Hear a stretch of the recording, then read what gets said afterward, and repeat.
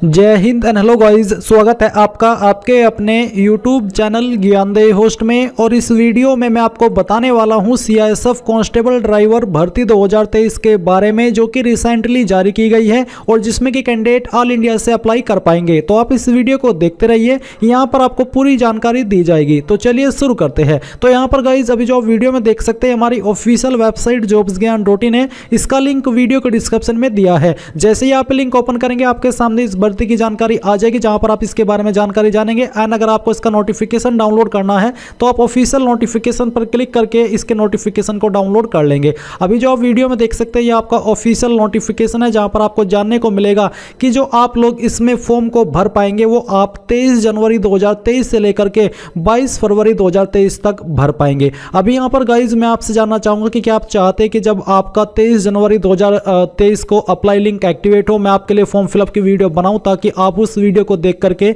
इस फॉर्म को भर सके। तो आपको मुझे कमेंट करके बताना है कि सर हमें फॉर्म फिलअप की वीडियो चाहिए या फिर नहीं चाहिए। अब गाइज यहाँ पर जो आपकी इसकी अन्य डिटेल है, हम उसके बारे में भी बात कर लेते हैं। तो इसमें आपकी जो पोस्ट है वो है कांस्टेबल ड्राइवर की and constable driver come pump operator की। इसमें यहाँ पर इस पोस्ट पर जो आपको सैलरी दी जाएगी वो लेवल 3 की मिलेगी, जो कि होती है 21,700 रुपये से लेकर के 69,100 रुपये। फिर यहाँ पर हम इसके जो एलिजिबिलिटी क्राइटेरिया है उसके बारे में बात करेंगे, जो कि काफ़ी महत्वपूर्ण जानकारी है। बट उसके पहले आप यहाँ पर वैकेंसी डिटेल देख लीजिए कि कौन सी पोस्ट के लिए कितने पद है। तो जो आपकी कांस्टेबल ड्राइवर की डायरेक्ट वैकेंसी है, इसमें यहाँ पर टोटल 183 वैकेंसी निकाली गई है। फिर कांस्टेबल ड्राइवर कम पंप ऑपरेटर के लिए आपकी यहाँ पर 268 वैकेंसी है। टोटल आपके 451 पद निकाले गए हैं। इसके बाद यहाँ पर आपके मन में सवाल आ रहा होगा कि इसमें अप्लाई करने के लिए क्या क्वालिफिकेशन चाहिए और किस पोस्ट पर क्या योग्यता आपसे मांगी जाएगी। तो चलिए इसकी जानकारी भी हम यहाँ पर ऑफिशियली इस नोटिफिकेशन से देखते हैं, ताकि आपको सभी जानकारी अच्छे से समझ आ सके। तो यहाँ पर पहले आपको एज क्राइटेरिया दिया है एलिजिबिलिटी क्राइटेरिया के अंतर्गत। तो इसमें जो आपकी एज लिमिट है वो 21 से 27 साल के बीच रखी गई है, जो कि आपकी 22 फरवरी 2023 तक काउंट की जाएगी अगर आप नॉर्थ ईस्ट रीजन से इस फॉर्म को भर रहे हैं। यानी कि सभी के लिए बेसिकली 22 फरवरी 2023 तक एज काउंट की जाएगी, जिसका मतलब होता है कि आपकी उम्र 22 फरवरी 2023 तक ना तो 21 साल से कम और ना ही 27 साल से ज़्यादा होनी चाहिए। इसके अलावा यहाँ पर गवर्नमेंट रूल्स के अकॉर्डिंग छूट भी मिलेगी उनको जो कि 1984 दंगे के विक्टिम है और 2002 के दंगे के विक्टिम है। उन कैंडिडेट को 5 साल की छूट एज के अंदर दी जाएगी। एंड जो नॉर्मल छूट मिलती है गवर्नमेंट रूल्स के अकॉर्डिंग SC/ST कैंडिडेट को 5 साल की और OBC को 3 साल की, वो भी यहाँ पर आपको दी जाएगी। जैसे कि आप देख सकते हैं 5 ईयर यहाँ पर मिलेगी SC/ST को और 3 साल की मिलेगी OBC को। अब आती है आपकी क्वालिफिकेशन की जानकारी।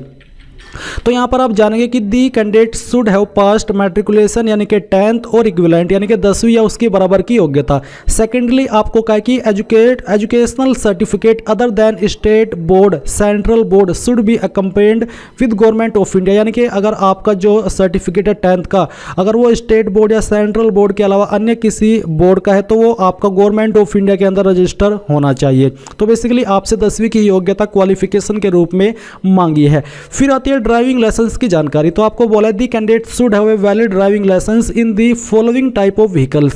यानी कि इन व्हीकल में आपके पास वैलिड ड्राइविंग लाइसेंस होना चाहिए। पहला है हैवी मोटर व्हीकल या फिर ट्रांसपोर्ट व्हीकल HMV या फिर TV।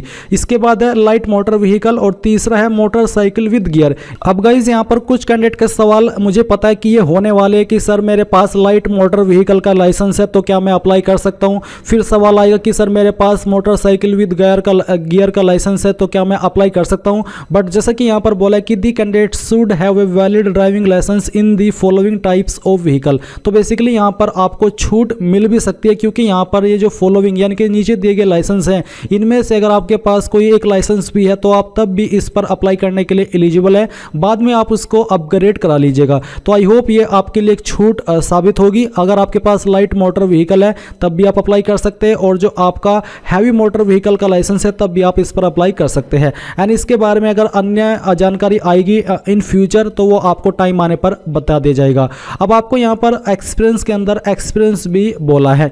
तो आपको कहा है कि 3 year experience of driving heavy motor vehicle और ट्रांसपोर्ट व्हीकल या फिर light motor vehicle and motorcycle. यानी कि आपके पास इनमें से किसी भी जो व्हीकल है उसको चलाने का 3 साल का एक्सपीरियंस होना चाहिए। अब आपको ये कहा कि the experience for about driving shall be calculated from the date of issuance of the respective licence the cut off date shall be closing date of receipt of application. तो बेसिकली अब आपका सवाल ये रहेगा कि सर मैं यहाँ पर मेरे पास लाइसेंस है और 3 साल का एक्सपीरियंस नहीं है, तो क्या उसको कैसे काउंट करें और कहाँ से एक्सपीरियंस बनवाए। तो इसमें आपको बेसिकली ये कहा है कि जो आपकी लाइसेंस की इशू डेट है उस डेट को उस लाइसेंस को इशू हुए अगर 3 साल हो चुके हैं तो वही आपका एक्सपीरियंस में काउंट हो जाएगा।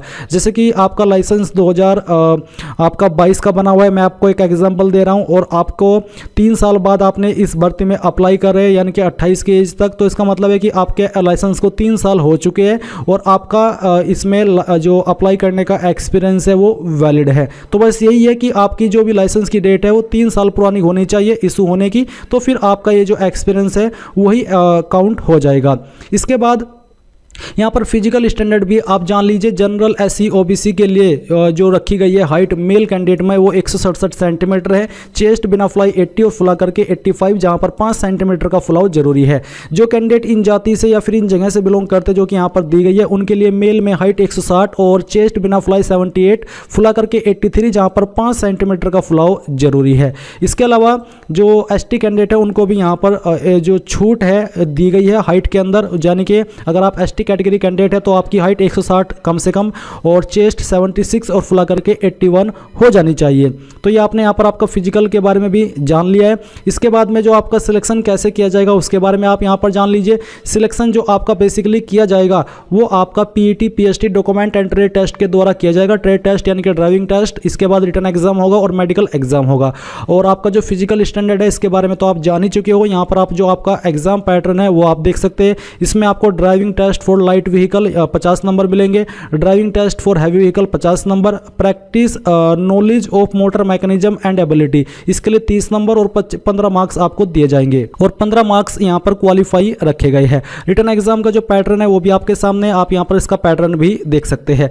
तो गाइज यहाँ पर आपने इसके बारे में वो सभी जरूरी जानकारी जान ली है जो कि जानना जरूरी होता है किसी भी भर्ती में अप्लाई करने के लिए। बट यहाँ पर जानकारी बची है आपकी फीस की, तो फीस आपको बेसिकली इसमें 100 रुपये पे करनी है अप्लाई करने के लिए, और इसको आप ऑफिशियल नोटिफिकेशन से भी वेरीफाई कर सकते हैं। SC ST के लिए कोई फीस नहीं होगी, जनरल OBC को ये फीस पे करनी होगी।